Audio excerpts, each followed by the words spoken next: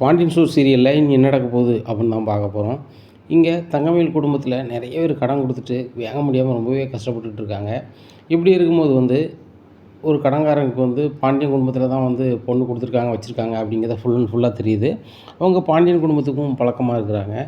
அப்போ அவர் கடன்காரங்க எல்லாருமே சந்தித்து சொல்கிறாங்க, இந்த மாதிரி அந்த பாக்கியம் குடும்பத்தில் நம்ம எல்லாருமே கடன் கொடுத்து ரொம்ப நாளாக ஏமாந்து போய் கிடக்குறோம். ரூபா காசை கூட வசூல் பண்ண முடியலை. ஆனால் அவங்க என்ன திருட்டுத்தனமே பண்ணி அந்த ஒரு பாரம்பரியமான ஒரு குடும்பத்தில் கட்டி கொடுத்துட்டாங்க அப்படிங்கிறாங்க. என்ன பாரம்பரியமான குடும்பத்தில் கட்டி கொடுத்துட்டாங்க அப்படிங்கிறாங்க. இந்த முத்துவேல் சக்திவேல் இருக்காங்கள்ல, அவங்க வீட்டில் கல்யாணம் முடிச்சிருக்காருல பாண்டியன் அப்படிங்கிறாங்க. ஆமாம், அவங்க கடையில் முன்னாடி மளிகைகளில் வேலை பார்த்தாரு அப்படிங்கிறாங்க. அதெல்லாம் ஒரு புறம் இருக்கட்டும். இன்றைக்கி நல்ல வகையில் சம்பாத்தியம் பண்ணி பெரிய அளவில் பணமும் புகழும் ஆகிட்டார். அதுபோக அவங்க பையன் மாதிரி எல்லாருமே நல்ல வேலை பார்க்குறானுங்க, வருமானம் சம்பாதிக்கிறானுங்க. இப்படியா இருக்குது. சரி, அவங்களுக்கு மச்சினமாருக்குள்ளே ஏதாவது வருத்தம் அப்படின்னு சொன்னால் அடுத்தவங்கள்ட்ட விட்டு கொடுக்க போகிறதும் கிடையாது. அப்போது ஆத்திர அவசரத்துக்கு அவங்க உதவுறதுக்கோ வைக்கிறதுக்கோ அவங்க மச்சின மாதிரி உதவ தான் செய்வாங்க. இன்றைக்கி நிலைமையில் சண்டை போட்டுட்ருக்காங்க அப்படிங்கிறாங்க. இப்போ நம்மளுக்கு எதுக்கு, நம்ம பணத்தை எப்படி வசூல் பண்ணலாம் அதை சொல்லுங்கள் அப்படிங்கிறாங்க. அதைத்தான் சொல்லிகிட்டு இருக்கேன். எப்படியாவது வசூல் பண்ணதுக்கு என்ன வழின்னு யோசிக்கும் போது தான் அந்த பாண்டியன் வீட்டில் இந்த பாக்கியம் பொண்ணை கட்டி கொடுத்துருக்கா 1000 பொய்யை சொல்லி அப்படிங்கிறாங்க. அது என்ன பொய், உண்மையை சொல்லி கட்டி கொடுத்துருந்தாங்கன்னா அப்படிங்கிறாங்க. இதெல்லாம் சொல்லுவீங்கன்னு எனக்கு தெரியும். அந்த பிள்ளை கல்யாண கார்டை பாருங்கள் அப்படிங்கிறாங்க. கல்யாண கார்டை பார்க்குறாங்க. கல்யாண கார்டை பார்க்கும்போது இதில் என்ன இருக்குது அப்படிங்கிறாங்க. அந்த பொண்ணு நிறைய படிச்சிருக்குன்னு போட்டிருக்காங்க. அதுபோக அந்த பாக்கியத்தோட புருஷன் பெரிய பிஸ்னஸ் பண்ணுற மாதிரி ஒரு கம்பெனி பேர்லாம் போட்டிருக்காங்க. அப்படி பிஸ்னஸே எதுவுமே அவன் பண்ணலை. அவனே வெட்டிப்ப, உங்களுக்கு எல்லாருக்குமே தெரியும். நம்மக்கிட்ட அது பண்ணுறேன் இது பண்ணுறேன்னு சொல்லிட்டு தான் கடத்தை அவனும் புருஷனும் வாங்கிட்டு பாக்கியமும் அவன் புருஷனும். அதை நம்மளால் வசூல் பண்ணவே முடியல. வீட்டு வாசலுக்கு போனால் அந்த கிளிக்கா அது வாங்க முடியுங்கிற நம்பிக்கை இல்லை. ஆனால் ஒரே ஒரு வழி வாய்ப்பு மட்டும் இருக்குது. அவன் மோளை நம்ம நெருக்கடி பண்ணோன்னா கண்டிப்பாக நம்மளுக்கு கிடைக்க வேண்டிய பணம் கொஞ்சம் கொஞ்சமானாலும் வந்துடும் அப்படிங்கிறாங்க. இப்போ அதுக்கு என்ன தான் செய்யணும் அப்படிங்கிறாங்க. நம்ம முதல்ல அந்த தங்கமயில் கட்டி கொடுத்த வீட்டில் அவளோட நிலை என்ன, அவளை எப்போ தனியாக சந்திக்கலாம் அப்படிங்கிறத நம்ம பார்க்கணும் அப்படிங்கிறாங்க. தனியாக சந்தித்து என்ன ஆக போகுது அப்படிங்கிறாங்க. இதில் தான் நீங்கள் ரொம்ப யோசிக்கணும். அந்த பிள்ளை நிறைய மறைச்சி தான் கல்யாணம் முடிச்சிருக்கா. படிக்கலை. அந்த பிள்ளைக்கு வயசு கூட. அதுபோக அந்த பையன் ஒரு அப்புறாணி பையன். இதெல்லாம் நான் விசாரிச்சிட்டேன். ஆனால் இன்னும் தெரிய வேண்டியது அந்த பிள்ளை எப்போ தனியாக போகுது, வருது, எங்கே போகுது, என்ன அப்படிங்கிறத விசாரிக்கணும் அப்படிங்கிறாங்க. அதை விசாரித்தா நமக்கு பணம் வந்துடுமா அப்படிங்கிறாங்க. விசாரித்து அந்த பிள்ளைகிட்ட பேசுவோம். உன் வாழ்க்கையை பற்றிய உண்மையை உன் மாமனார் வீட்டில் சொல்லாமல் இருக்கணும், நீங்கள் பண்ண பிரார்த்தனத்தை சொல்லாமல் இருக்கணும் அப்படின்னு சொன்னால் உன் மாமனார் வீட்டிலேருந்து பணத்தை எடுத்து கொண்டு கொடு, கண்டிப்பாக உன்னால் முடியும். ஏன்னு கேட்டால் அந்த வீட்டில் நீ தான் மூத்த மருமக, என்ன உன்னை ரொம்பவே நம்புவாங்க. அந்த வீட்டில் மற்றவங்கெல்லாம் லவ் மேரேஜ் தான் பண்ணியிருக்காங்க, நீ மட்டும்தான் அரேஞ்ச் மேரேஜ் பண்ணியிருக்க. உன் மேலே உங்கள் மாமனார் ரொம்பவே பிரியமாக இருக்காங்க அப்படின்னு எனக்கு தெரிய வருது.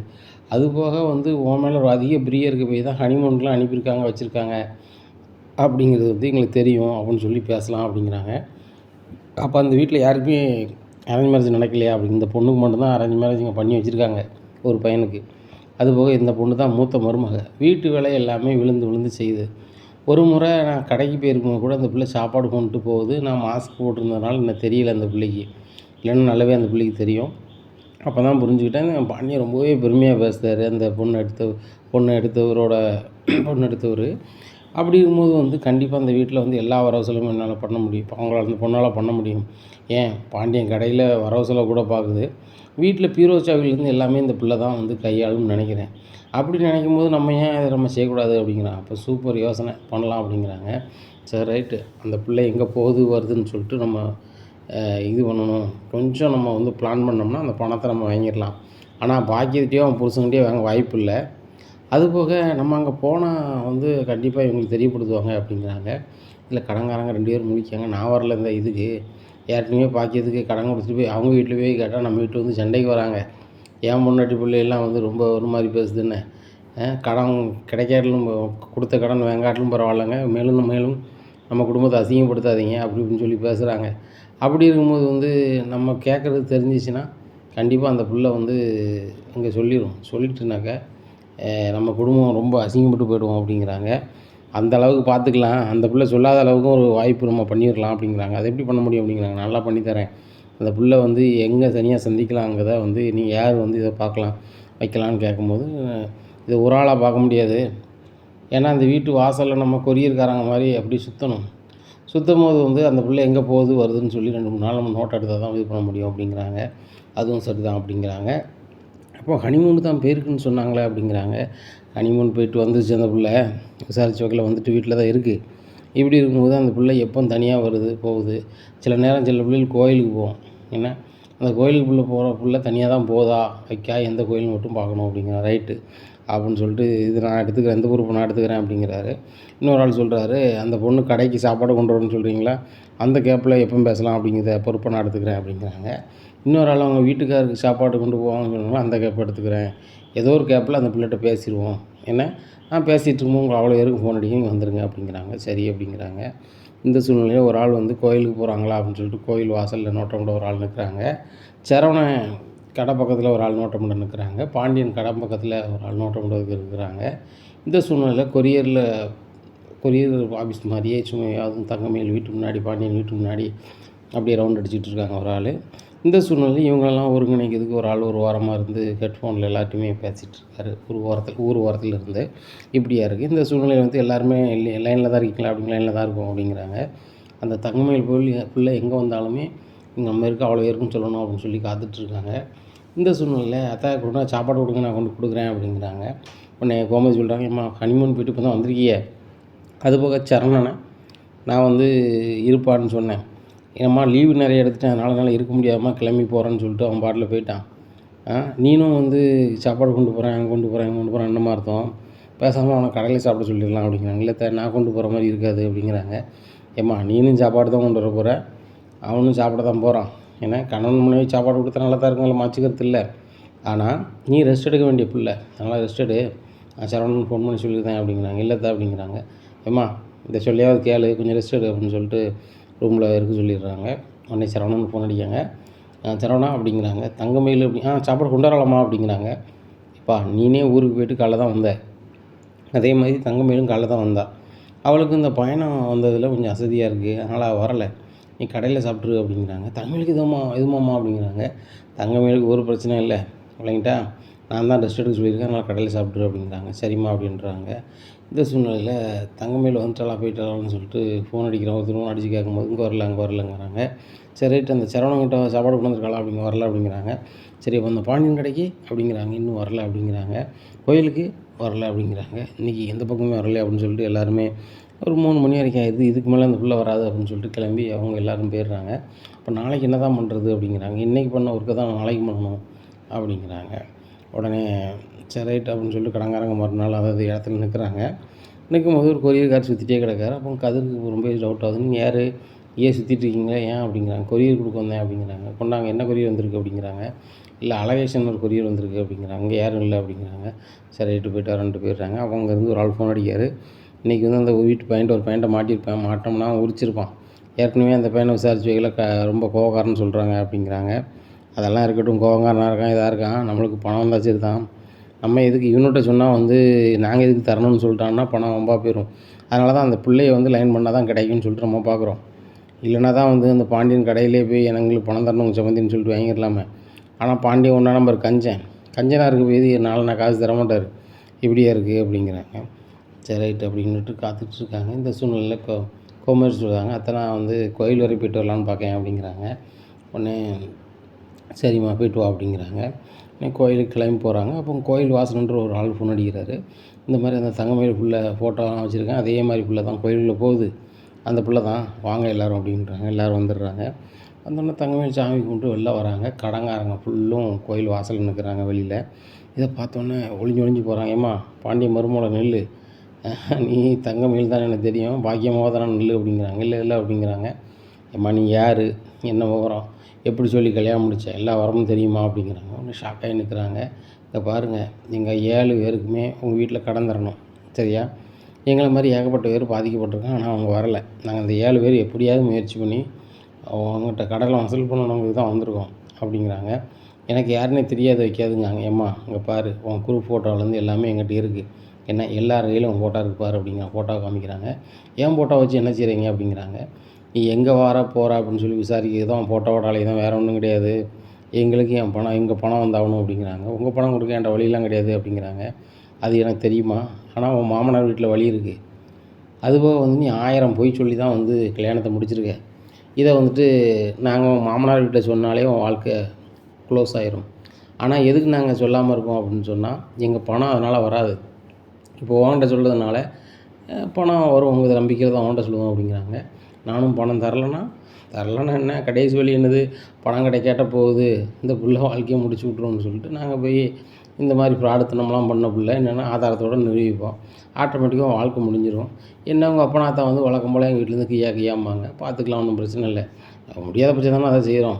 இப்போ நீ உங்கள் அப்பா அம்மாட்ட சொன்னால் கூட அவங்க எங்கள் வீட்டில் வந்து தான் நிற்பாங்க. நீ கண்டிப்பாக ஃபோன் பண்ணி சொல்ல வாய்ப்புகள் அதிகம் இருக்குது. ஆனால் சொன்னால் என்ன ஆகும், எங்கள் வீட்டிலேருந்து பிரச்சனை பண்ணுவாங்க. கடுப்பில் நான் வந்து பாண்டியன்ட்டு சொல்லிடுவேன், வாழ்க்கை முடிஞ்சிடும். உங்கள் அம்மா அப்பாட்டையும் சொல்லாமல் இருக்கணும், உன் வாழ்க்கையும் காப்பாற்றினா 2 வழி தான். 1, நான் கேட்குற பணத்தை நீ தரணும் அப்படிங்கிறாங்க. என்கிட்ட பணம் எதுவும் கிடையாது அப்படிங்கிறாங்க. அது எனக்கு தெரியும். ஆனால் பாண்டியன் வீட்டில் பணம் இருக்குது. நீ தான் அந்த வீட்டில் வந்து வரவு செலவு பார்க்க வைக்க அப்படின்னு சொல்லி இப்போ பேச்சடிப்படுது. நெருங்கிய ஒரு ஆளே மூலமாக விசாரிச்சிட்டேன். ஏன்னா பீரோ சாவிலேருந்து எல்லாமே உன் கண்ட்ரோலில் தான் இருக்குது அப்படிங்கிறாங்க. அது என்கிட்ட இல்லை, எங்கள் அத்தைட்ட இருக்குது அப்படிங்கிறாங்க. ஏம்மா நீ ஹனிமூன் போயிட்டு வந்தோன்னே பீரோ சாவிலேருந்து எல்லாமே உன் கண்ட்ரோலுக்கு வந்துச்சுன்னு எனக்கு தெரியும். ஏன்னா பாண்டியன்கிட்ட நல்ல வசதி இருக்குது. எப்போவுமே வீட்டில் குறைஞ்சபட்சம் 10 லட்ச ரூபா 15 லட்சம்னு கையில் வச்சுருப்பாராம். அதுபோக வந்து பேங்க் பேலன்ஸை பார்த்தோன்னா 4 கோடி 5 கோடின்னு அக்கௌண்ட்லேயே இருக்குமா. அப்பேற்பட்டவனுக்கு நீ வந்து மருமகளாக இருக்க. பேங்க் சாவியிலேருந்து பீரோ சாவியிலேருந்து பேங்க் லாக்கர் சாவியிலேருந்து எல்லாமே உன் கண்ட்ரோலில் தான் இப்போ இருக்குது இன்றைக்கி நிலமையில். அதனால் எங்களுக்கு வந்துட்டு என்ன செய்யணும், எங்களுடைய பணம் வேணும் எங்களுக்கு அப்படிங்கிறாங்க. இல்லை பணம்லாம் தர முடியாது, இது ஏன் பணம் கிடையாது, எங்கள் மாமனார் பணம், உங்கள் மாமனார் வந்து சிறுக சேர்த்த பணம் அப்படிங்கிறாங்க. ஏம்மா அங்கே பாரு, உன் டைலாக்கை கேட்கலாம் வரலை. நாங்கள் சொல்லுறதை நீ கேட்டால் உன் வாழ்க்கை வந்து என்ன செய்யும், தப்பிக்கும். நீ உன் புருஷனோட 5 வயசு கூட இல்லைங்கிட்டா. அதுபோக நீ 12 தான் படிச்சிருக்க, எம்ஏ இங்கிலீஷ் லிட்ரேச்சர் முடித்து ஏமாற்றிருக்க. அதுபோக நீ போட்டு வந்த நகை பூராமே கவரிங்கு, வாங்கின கடை முதற்கொண்டு விசாரிச்சிட்டோம், பில்லு முதற்கொண்டும் டூப்ளிகேட் வாங்கிட்டோம் இல்லைங்கிட்டா. இவ்வளவும் இருக்குது. என்ன இதை வந்து உங்கள் அத்தை பேங்க் லாக்கரில் வச்சுருக்காங்க. எந்த பேங்கு ஏது பேங்கு எல்லாத்தையும் விசாரித்து தான் வந்து நிற்கும். என்ன உங்கள்கிட்ட வந்து நாங்கள் இப்படி பேசுகிறோன்னா எவ்வளோ தெளிவு இருந்தால் பேசுவோம். எல்லா தகவலையும் எடுத்துட்டோம். அதுபோக நான் இருப்பார், இவர் வந்து உங்கள் மாமனாருக்கு ரொம்ப பழக்கம். இவருக்குமே இதே ஊர் தான். என்ன உங்கள் மாமனார் கஞ்சன், காசு தர மாட்டார், ஆனால் அவன் வாழ்க்கையை முடிச்சு விட்ருவார்ல, அது உனக்கு தெரியும்ல. உன் மாமனாரை மாரி உன் புருஷன் கூட ஒன்றும் செஞ்சிட மாட்டான். அந்த விஷயம் முதற்கொண்டு எனக்கு தெரியும், எங்களுக்கு தெரியும் இல்லைங்கிட்டா. இந்த வீட்லேயே நீ தான் வந்து மூத்த மருமக, உனக்குன்னு தனி சலுகைகள் அந்த வீட்டில் இருக்குது. மற்ற மருமகளை பாண்டியன் சரியாக மதிக்கிறதும் கிடையாது, வைக்கிறதும் கிடையாது. நான் பார்த்து வச்சு போகணுன்னு அவ்வளோ மரியாதை இருக்குது அப்படிங்கிறத நாங்கள் கண்டிப்பாக உணர்கிறோம்.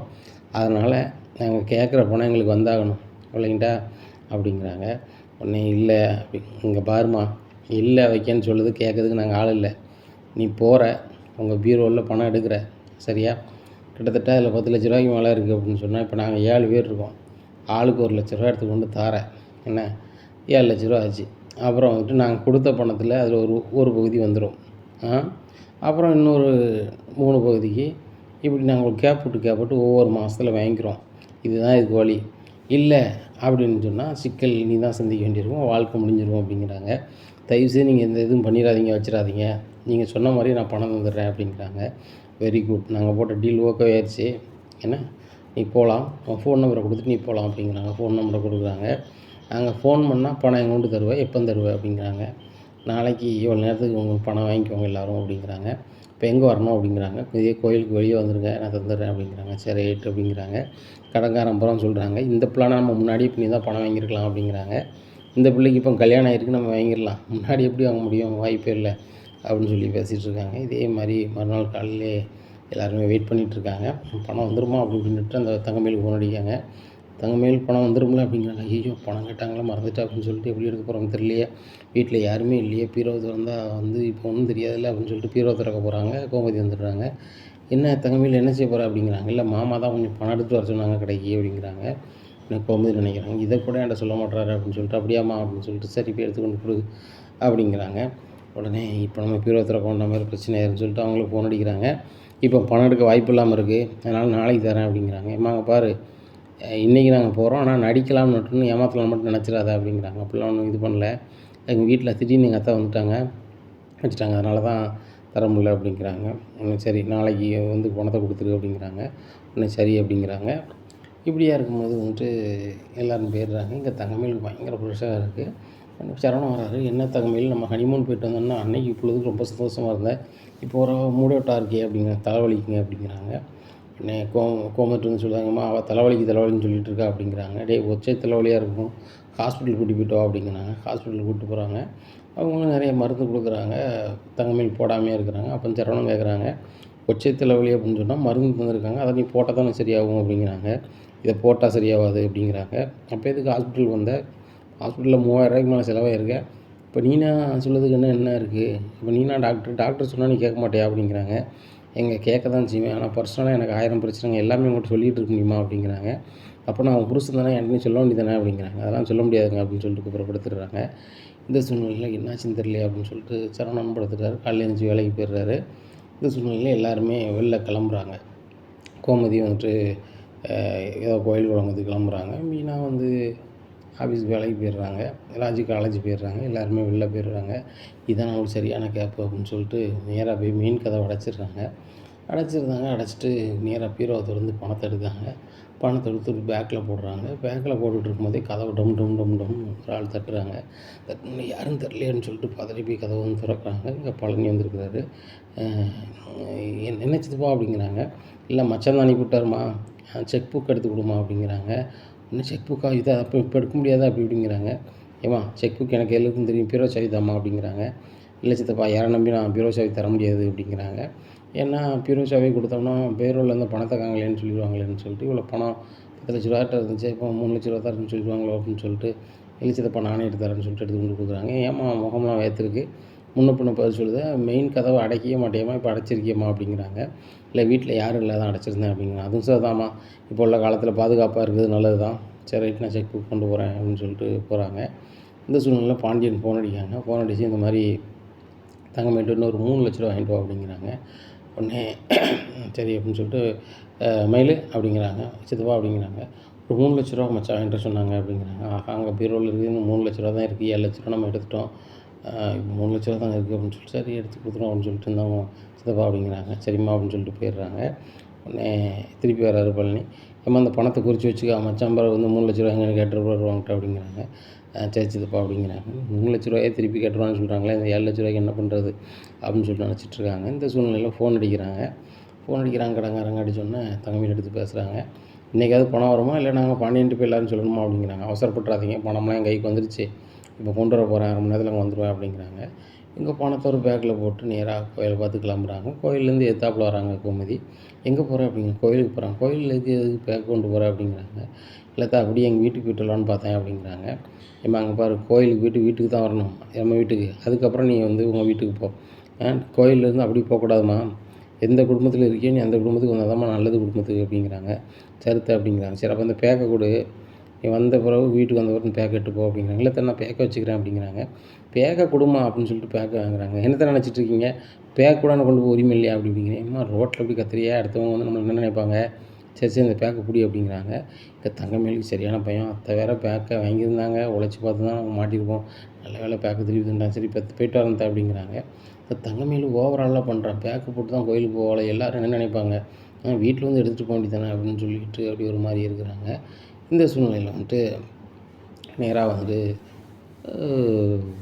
கடங்காரங்களை பார்க்குறாங்க. அவங்களுக்கு 7 பேருக்கும் ஆளுக்கு 1,00,000 கொடுக்குறாங்க. "வாக்கை காப்பாற்றிட்டோமா, 4ல் ஒரு பகுதி தந்துட்டேன் எங்களுக்கு, சரியா, இன்னும் 3 பகுதி தரணும். இதை மாதிரி 3 வாட்டி கொடுத்துட்டோன்னா உங்களை யாருமே டிஸ்டர்ப் பண்ண மாட்டோம்" அப்படிங்கிறாங்க. "சரி, என் வாழ்க்கையை காப்பாற்றுறதுக்கு நீங்கள் அந்த நடைமுறையை ஃபாலோ பண்ணுங்கள். அடுத்தாப்புல எப்போ பணம் கொடுக்கணும், ஏது பணம் கொடுக்கணும்னு சொல்லிட்டு நீங்கள் என்கிட்ட சொல்லிடுங்க முன்னுக்கூட்டியே. ஏன்னா எனக்கு லேட் ஆகும், நான் இதுவே வந்து வீட்டில் தெரியாமல் தான் எடுத்துகிட்டு வந்திருக்கேன். இதை எப்படி சமாளிக்க போகிறேன்னு எனக்கு தெரியலை. ஆனால் வந்து இது சமாளிக்கிறதுக்கு கொஞ்ச நாள் ஆகும், அதுக்கப்புறம் உங்களுக்கு நானே ஃபோன் அடிக்கேன்" அப்படிங்கிறாங்க. "ஏம்மா, அங்கே பாரு, இந்த வாய்ப்பை நாங்கள் உங்களுக்கு தர விரும்பலை. ஏன்னா 1 மாதம் டைம், நீ எப்படி சமாளிப்பியோ ஏது சமாளிப்பியோ எங்களுக்கு தெரியாது. என்ன, உன் பிரச்சனைக்கு எங்களுக்கு தேவை கிடையாது. அடுத்த மாதம் இதே டேட்டில் வந்து நாங்கள் பணம் கேட்போம், வந்தாகணும்.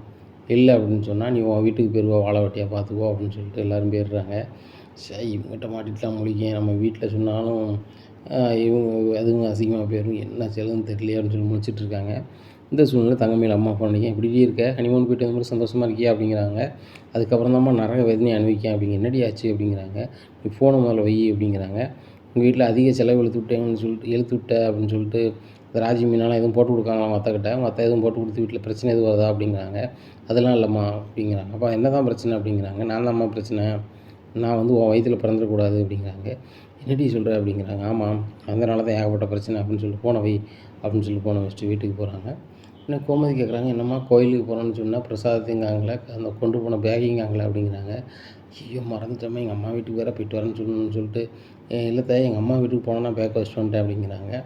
ஏம்மா நீ கோயிலுக்கு போய் 1/2 மணி நேரம் தான் இருக்கும், உடனே திரும்பிட்டேன். இப்போ அதுக்குள்ளே உங்கள் அம்மா வீட்டுக்கு போயிட்டு வந்தவங்க ஃப்ளைட்டில் போனால் கூட கொஞ்சம் நேரம் ஆகுமாம்மா அப்படிங்கிறாங்க. அப்படி என்ன சொல்லனே தெரியாமல் திருதுன்னு முடிக்காங்க. பாரு மயில், ஏதோ ஒன்று மறைக்கிற, அதனால் வந்து வேறு ஏதாவது பிரச்சனை வருமா அப்படின்னு சொல்லி யோசனை பண்ணிக்க, அவ்வளோதான். உன் பேக் எங்கே அப்படிங்கிறாங்க. இல்லை பேக்கை கோயிலில் வச்சுட்டு வந்துட்டேன் அப்படிங்கிறாங்க. கோயில் வச்சுட்டு வந்துட்டியா, சரி ஒரு ஆட்டோ பிடிச்சிட்டு போய் எட்டு வந்துரு அப்படிங்கிறாங்க. சும்மையாவது ஒரு ஆட்டோ பிடிச்சி போகிறாங்க.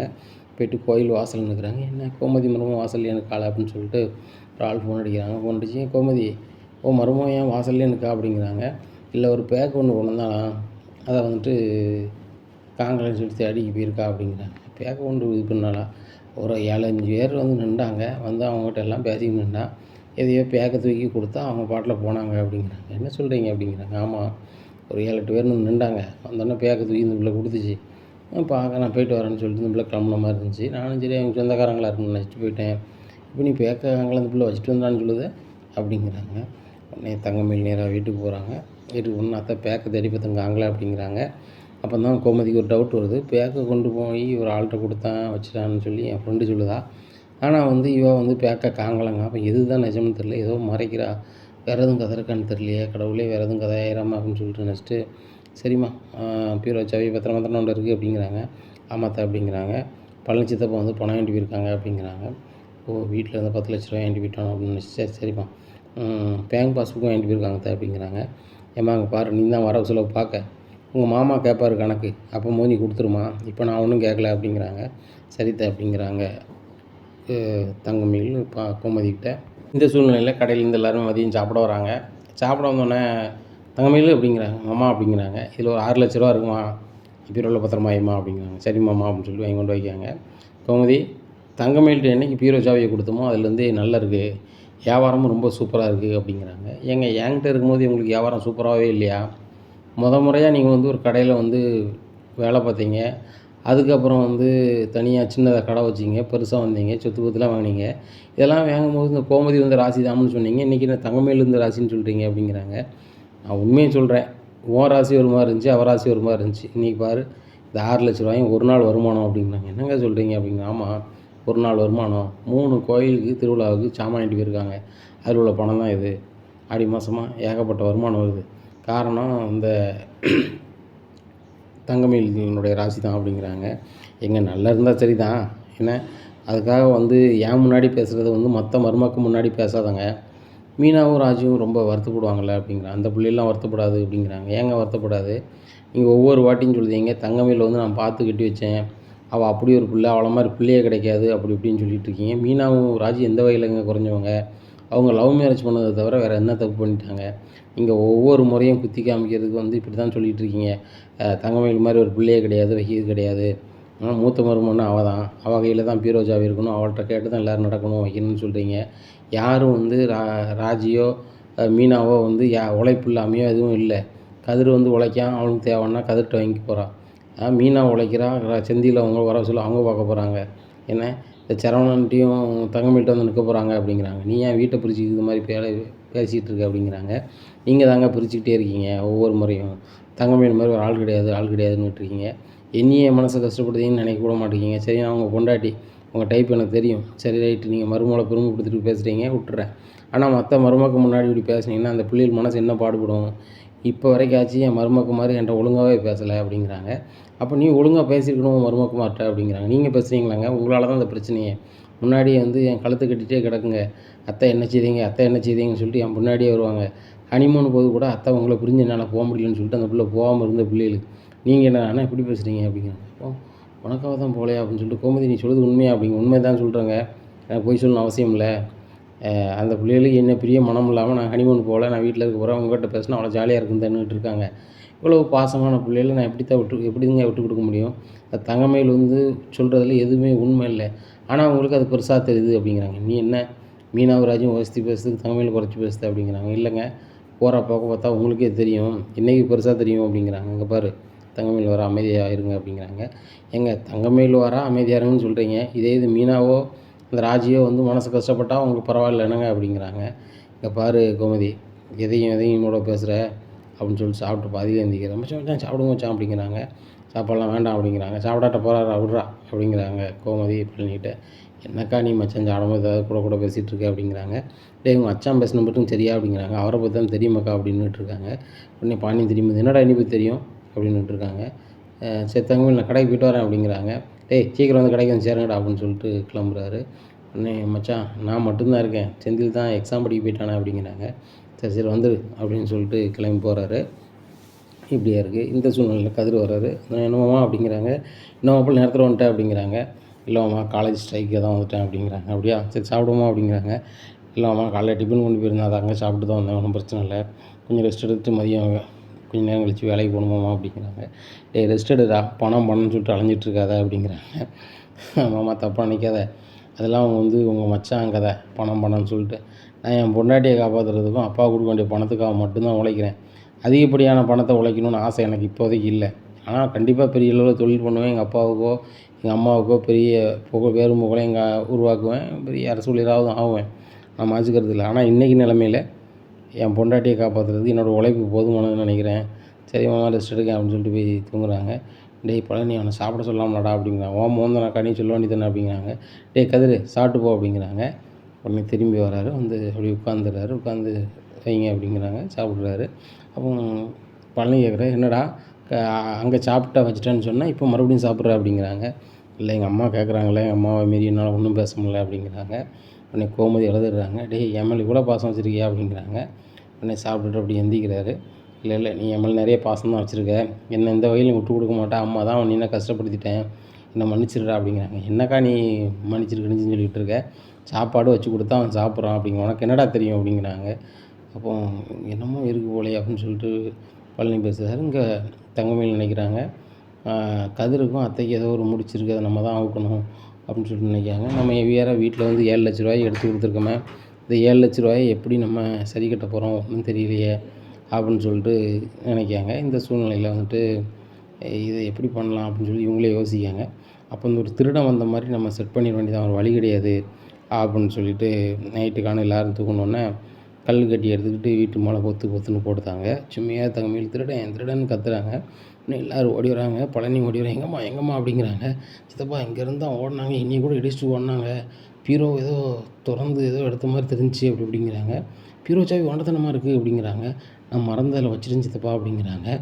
உடனே எல்லோரும் தேடி அலையிறாங்க, பேட்டரி அடித்து பார்க்குறாங்க, திருடனே இல்லை. உடனே பாண்டியன் சொல்கிறாரு, கதவெல்லாம் அடைச்சிருக்குமா, எப்படிமா வந்தான் அப்படிங்கிறாங்க. ஏறி குதிச்சு போயிட்டான் அப்படிங்கிறாங்க. உடனே இப்போ கோமதி சொல்கிறாங்க, ஏங்க ஏறி குதிச்சு போனதுக்கு ஒரு அறிகுறியும் தெரியலையேங்க அப்படிங்கிறாங்க. உடனே அத்தை சவுண்டு கடிச்சு பார்த்தீங்களா அப்படிங்கிறாங்க. இல்லைம்மா யாரோ கல் எறிஞ்ச மாதிரி தான் சவுண்டு கடிச்சு அப்படிங்கிறாங்க. உடனே பழனின்னு சொல்லுவார், நான் ஒரு மாவீரர் இருக்கேன், இன்னி மீறி எப்படி வந்து அவன் வீட்டுக்குள்ளே வந்துடுவான், யார் வந்து அவங்க பீரோவில் என்ன இருக்குன்னு பார்ப்போம் அப்படின்னு சொல்லிட்டு பீரோவில் போய் பார்க்குறாங்க.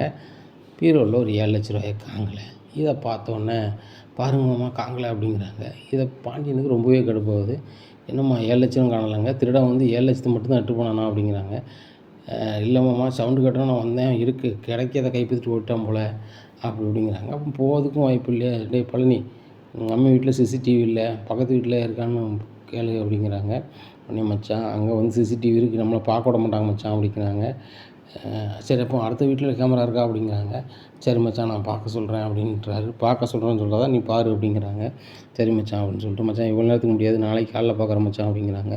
சரி ரைட்டு அப்படிங்கிறாங்க.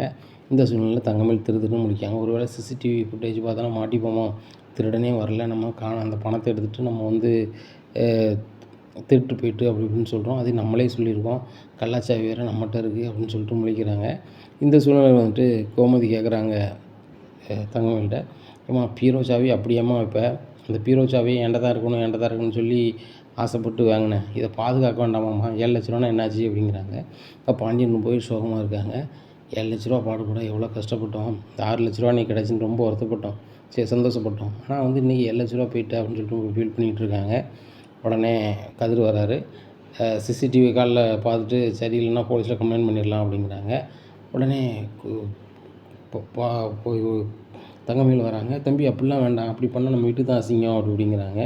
உடனே கோமதி சொல்கிறாங்க, அது என்னம்மா அசிங்கம், வீட்டில் களவு போயிருக்கு, நாளைக்கு இன்னொரு வாட்டி நடக்காமல் இருக்கணும், வேறு வீட்டில் நடக்காமல் இருக்கணும், நம்ம போலீஸில் கம்ப்ளைண்ட் கொடுத்து தான் முடியும் அப்படிங்கிறாங்க.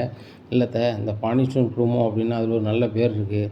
இப்போ தான் வந்து கல்யாணம் முடிஞ்சிருக்கு எங்களுக்கு, நாங்கள் ஹனிமூன்லாம் போயிட்டு வந்திருக்கோம். மாமாவுக்கு ஒரு பேரும் புகழாக இருக்குது. இப்போ வந்து ஆடி மாதம் நல்ல கோயில் திருவிழா அது இதுன்னு ஆஃபர்லாம் வந்துட்டுருக்கு மாமா சொல்கிறாங்க. இந்த சூழ்நிலையில் போலீஸ் ஸ்டேஷனில் கம்ப்ளைண்ட் பண்ணால் உடனே நடக்காது. அவங்க இன்றைக்கி வாங்க நாளைக்கு வாங்கன்னு சொல்லி பல நாள் அழைப்பாங்க. அழைக்கும் போது ஸ்டேஷனுக்கு அலையணும், தொழில் ரொம்ப போகும். அப்போ இங்கே வீட்டில் யாரெல்லாம் இருந்தாங்கன்னா அவ்வளோ பேரையும் விசாரிச்சுக்கிட்டு கிடப்பாங்க. இப்போ யாரும் கடை திறக்க முடியாது. பழனி சித்தப்பா வந்தாலும் சரி தான், செந்தில் தம்பியாக இருந்தாலும் சரி தான் அப்படிங்கிறாங்க. செந்தில் தான் வந்து படிக்க போகிறானா அப்படிங்கிறாங்க கோமதி. ஆமாம் அத்தை, இப்போ படிக்க போகிறாங்க, ஆனால் விசாரணை வரும்போது எல்லோரும் தானே போகணும். மீனாவும் வேலைக்கு கவர்மெண்ட் வேலைக்கு போக முடியாது, அங்கே போய் தான் விசாரணை இருக்கணும், ஆனால் ரொம்ப பிரச்சனை அப்படிங்கிறாங்க. உடனே பாண்டியன் சொல்கிறாங்க, அதுவும் சொல்லி தங்கமயில் சொல்லும் சரிதான் அப்படிங்க. என்னங்க சரிதான் சொல்லிட்டு இருக்கீங்க, காணாமல் போயிருக்கு, போலீஸில் கம்ப்ளைண்ட் பண்ண வேண்டாமா அப்படிங்கிறாங்க கோமதி. உடனே கதிர் சொல்கிறாரு, இவர் சொல்லுறது மாதிரிலாம் கேட்டால் சரி வராது, அந்த சிசிடிவி ஃபுட்டேஜ் வந்து மாமாவை பார்க்க சொல்லியிருக்கோம், அதை பார்க்கட்டும். சரி வரலை அப்படின்னு சொன்னால் நம்மளே வந்து போலீஸில் கம்ப்ளைண்ட் பண்ணிடலாம்.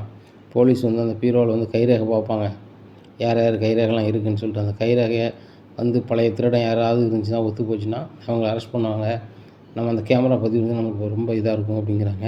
இந்த தங்கமயிலுக்கு வேர்த்து ஊற்றுது. ஆகா, கைரேகைன்னா அத்தை கைரேகை என் கைரேகை மட்டும்தான் இருக்கும், வேறு கைரேகையே பீரோவில் இருக்காது. அத்தை வந்து நான் பீரோ சாவியே கொடுத்துட்டேன்னு சொல்லுவாங்க, மாமா வேறு நான் இவ்வளோ பணம் கொடுத்து வச்சுருக்குன்னு சொல்லுவார். என்ன செய்யன்னு தெரிலன்னு சொல்லிட்டு நேரம் ரூமுக்கு போகிறாங்க. ரூமில் போய் அவங்க அம்மாவுக்கு ஃபோன் அடிக்க, அம்மாவுக்கு ஃபோன் அடிச்சு இந்த மாதிரிம்மா அப்படிங்கிறாங்க. என்னடி சொல்லுடி இவ்வளோ நேரத்துக்கு அடிச்சிருக்கா அப்படிங்கிறாங்க. ஒன்றும்லம்மா, எங்கள் வீட்டிலேருந்து ஒரு 7 லட்ச ரூபாய் பீரோவில் எடுத்தேன், அது தெரிஞ்சிடும்னு நினைக்கிறேன் அப்படிங்கிறாங்க. நீ ஏன்டி 7 லட்ச ரூபா எடுத்த அப்படிங்கிறாங்க. எல்லாம் உன்னால தாம்மா, நீ வாங்கின கடனுக்கு வந்து கடன்காரங்க பூரா என்கிட்ட வந்து என்னை வந்து மதித்து இந்த மாதிரி என்ன பணம் 4 பகுதி வேணும், அப்படி தரலை அப்படின்னு சொன்னால் உன் லட்சணத்தை பூரா மாமனார்கிட்ட சொல்லிடுவேன், உங்கள் மாமியார்கிட்ட சொல்லிடுவேன், உன்னோட வாழ்க்கையை இது முடிச்சு விட்ருவேன்னு சொன்னாங்க. நான் பயத்தோட வந்து எடுத்துக்கொண்டு கொடுத்தேன். இப்போ வந்து அந்த பணத்தை எப்படி அதை சரி கட்டுறதுக்காக நானே திருட வந்துட்டான்னு சொல்லி சீனை போட்டு 4 கல்லை தூக்கி மாடியில் போட்டு விட்டேன்னு எல்லோரும் வந்து பார்த்தாங்க. பார்க்கும்போது மெயின் கதை உடைக்காமல் இருக்குது, எப்படி திருட வந்தான் போனாங்கும்போது போலீஸுக்கு போகணுன்னு சொன்னாங்க. நான் போலீஸுக்கு போனால் அசிங்கம் அப்படி இப்படின்னு பேசிகிட்டு இருக்கையில், நம்ம வீட்டுக்கு அடுத்தாப்புல வேறு வீடுகளில் கேமரா இருக்கான்னு பாருங்கள், அந்த பதிவு சரியில்லை அப்படின்னு சொன்னால் போலீஸில் வந்து கம்ப்ளைண்ட் பண்ணிடலாம், போலீஸ் வந்து இருக்கிற ரேகையை செக் பண்ணி வந்து நடவடிக்கை எடுக்கட்டும் அப்படின்னு சொல்லுதாங்கம்மா. எனக்கு ரொம்ப பயமாக இருக்குது, ஏன்னா பீரோவில் என் ரேகையும் அத்தை ரேகை மட்டும்தான் இருக்கும், என்கிட்ட அவங்க பீரோ சாவி வந்து நாளாயிட்டு, அப்படி இருக்கும்போது நான் மாட்டிக்கோன்னு பயமாக இருக்குமா அப்படிங்கிறாங்க. நீ எதுக்கிட்டி சொல்லலை, கடன்காரங்களாம் வந்து உங்கள்கிட்ட வந்து கடன் கேட்க வந்தபோது நீ வந்து நீ ஏன்ட்ட சொல்லலை அப்படிங்கிறாங்க. இல்லைம்மா, உங்ககிட்ட சொன்னாலும் நீ வந்து பிரச்சனை பண்ணால் கண்டிப்பாக அப்பவும் உங்கள் மாமனார்ட்ட சொல்லிட்டு வாழ்க்கை முடிச்சு விட்ருவோம், ஒன்று நீ பணம் தரணும், உங்கள் அம்மாட்ட நீ சொன்னாலும் நாங்கள் நீ மாட்டி விட்டு போயிட்டே இருப்பேன், எங்களுக்கு ஒன்றும் இல்லைன்னு சொன்னாங்கம்மா, அதான் என் வாழ்க்கையை காப்பாற்ற எப்படி செஞ்சம்மா அப்படின்னு. நீ ஒன்றா நம்பர் லூஸாக இருப்படி, அவங்களால என்னடி செய்ய முடியும், நீ மட்டும் என்கிட்ட நான் ஆசுக்காக சொல்லியிருந்தேன்னு வச்சுக்கோங்க, நான் ஆசுக்காக முடிச்சிருப்பேன். ஒரு கடன்காரனும் அவன் மாமனார் வீட்டு பக்கமும் யார் வீட்டு பக்கமும் வந்திருக்க மாட்டான், இந்த பண பிரச்சனையும் வந்திருக்காது. இப்பவும் ஒன்றும் கெட்டு போல், அந்த 7 லட்ச ரூபா பணத்தை நான் வாங்கி கொண்டு வந்துட்டதாரேன், நீ நைஸாக உள்ளே வச்சிரு அப்படிங்கிறாங்க. இது எப்படிம்மா முடியும் அப்படிங்கிறாங்க. என்னால் முடியும்டி அப்படின்னு சொல்லிட்டு கடன்காரங்க வீட்டுக்கு கிளம்புறாங்க. ஒரு கடன்காரங்க வீட்டில் போய் வீட்டு வாசலில் போய் உட்காந்துருக்காங்க. இதை பார்த்தோன்னா கடன்காரன், ஆஹா ஆமாவா சொல்லிட்டா போலையா அப்படின்னு சொல்லிட்டு, என்ன பாக்கியம் வீட்டு வாசலில் இருக்க அப்படிங்க. ஏழை நீ எல்லாம் ஒரு ஆளுன்னு நான் உன்கிட்ட கடன் வாங்கியிருக்கேன், இந்த சொன்னால் நீ ஏன் முகக்கிட்ட போய் இது பண்ணி வாங்கியிருக்கேன்னு உன் மேலே நான் என்ன செய்ய போகிறேன் பாரு அப்படின்னு சொல்கிறாங்க. என்ன வேணாலும் பண்ணு பாக்கியம், நான் கொடுத்த கடனை தான் வாங்கியிருக்கேன் அப்படிங்கிறாங்க. நீ கொடுத்த கடனை வாங்கியிருக்கியா, கொடுத்த கடனை எந்த லெவலில் வாங்கியிருக்க அப்படிங்கிறாங்க. எனக்கு என்ன வழியோ அந்த வழியில் வாங்கியிருக்கேன் அப்படிங்கிறாங்க. அப்படி தானே, நீ கொடுத்த வழியில் வாங்கியிருக்க அப்படி தானே, அதே வழியில் நான் உன்கிட்ட உன் பணத்தை வாங்கி காமிக்கேன் அப்படிங்கிறாங்க. நீ எப்படி வாங்கி காமிப்ப அப்படிங்கிறாங்க. உனக்கு 2-3 பிள்ளைகள் இருக்குது சரிதானா, அந்த 2-3 பிள்ளைகளை வந்து நான் நெருக்கடி பண்ணி உன்ட்ட அந்த பணம் வாங்க எனக்கு எவ்வளோ நேரம் ஆகும் அப்படிங்கிறாங்க. பாக்கியம் இந்த மாதிரி எதுவும் பண்ணிடாதா அப்படிங்கிறாங்க. ஒழுங்கு மரியாதையாக பணம் வந்தாகணும் அப்படிங்கிறாங்க. சரி பாக்கியம் தந்துடுறேன் அப்படின்னு சொல்லிட்டு அந்த பணத்தை 1 லட்ச ரூபா கொடுத்துட்டாங்க. நீ தான் எல்லாரையும் ஏற்பாடு பண்ணியிருக்க, எல்லாரும் பணம் வந்தாகணும் அப்படிங்கிறாங்க பாக்கியம். இதுக்கு அவர் சொல்கிறாரு, மற்றவங்க பணத்தெல்லாம் என்னால் வாங்கி தர முடியாது பாக்கியம், என்னால் ஆனதை பாரு அப்படிங்கிறாங்க. இனி என்ன நடக்கும் பாண்டியன் குடும்பத்தில் அப்படிங்கிறத பொறுத்து வந்து பார்க்கலாம். நம்ம சேனலை நீங்கள் மறக்காமல் லைக் அண்ட் சப்ஸ்கிரைப் பண்ணுங்கள். நன்றி, வணக்கம்.